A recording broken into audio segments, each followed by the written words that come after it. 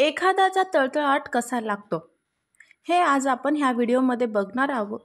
त्या अगोदर तुम्ही जर ज्ञानवर्धक मोटिवेशनल चॅनलवरती नवीन असाल तर चॅनलला नक्की सबस्क्राइब करा। तर चला व्हिडिओला सुरुवात करूया। 5 लाखांचा खळखळाट असावा पण 5 रुपयांचा देखील तळतळाट नसावा। कोणाची हाय लागून घेऊ नये, त्याचे भयंकर परिणाम भोगावे लागतात। काही लोकांना पटणारही नाही हा विषय तळतळाट, पण ज्यांनी अनेकांचा तळतळाट घेतला आणि त्यांचे भोग ते भोगतच असतात त्यांना नक्कीच पटेल।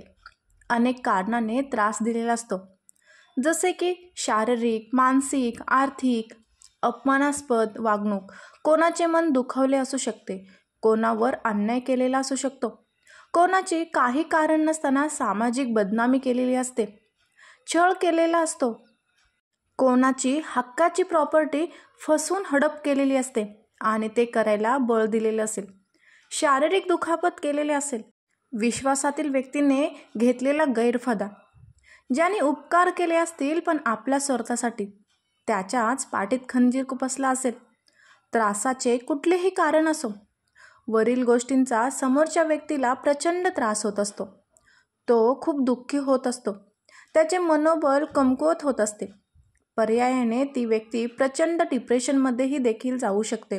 जाणून बुजून त्रास देणाऱ्या व्यक्तीला हे समजत नसेल, पर्यायाने ज्या व्यक्तीला त्रास झालेला असतो त्या व्यक्तीकडून चमत्कार होत नाही किंवा देव देखील शाप देत नाही किंवा काठीने मारत पण नाही, त्या दुखावलेल्या व्यक्तीकडून तेजस्वी नकारात्मक ऊर्जा शक्ती निघते व समोरच्या व्यक्तीमध्ये शोषली जाते।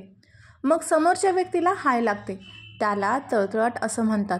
मग ज्याने कोणी त्रास दिलेला असतो त्याचे हे कार्य यशस्वी होत नाही, किंबहुना झाले तरी फळ जास्त वेळ टिकत नाही, सतत अपयश येते, घरात आजारपण येते, अशा अनेक प्रकारच्या काही घटना घडू शकतात।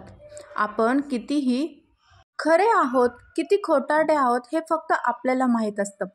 आपल्या अंतर्मनाला आपल्याबद्दल सगळ्या गोष्टी माहीत असतात।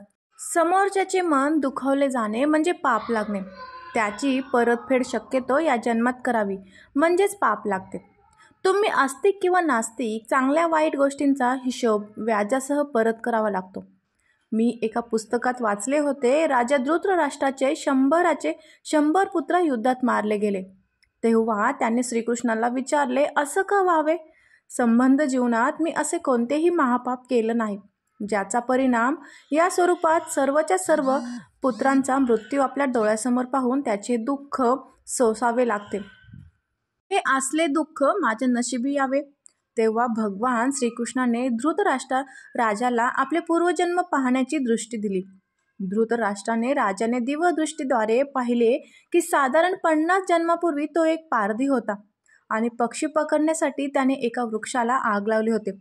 आग लागताच बरेचसे पक्षी उडून गेले, मात्र आगीची जळू लागल्याने कित्येक पक्षी आंधळे झाले, तर पक्ष्यांची 100 लहान पिल्ले उडू न शकल्याने आगीत होरपळून मृत्युमुखी पडले।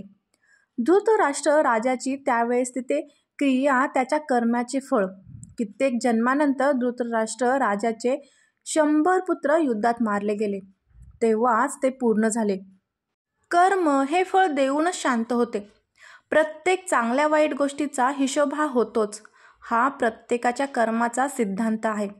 चांगले कर्म चांगले फळ देऊनच शांत होते, वाईट कर्म वाईट फळ देऊनच शांत होते आणि काही काळ मागे पुढे होऊ शकतो, हा कर्माचा सिद्धांत आहे। की क्रिया म्हटल्यावर प्रतिक्रिया तर होणारच, आपण ठरवायचे आपले कर्म कसे हवे।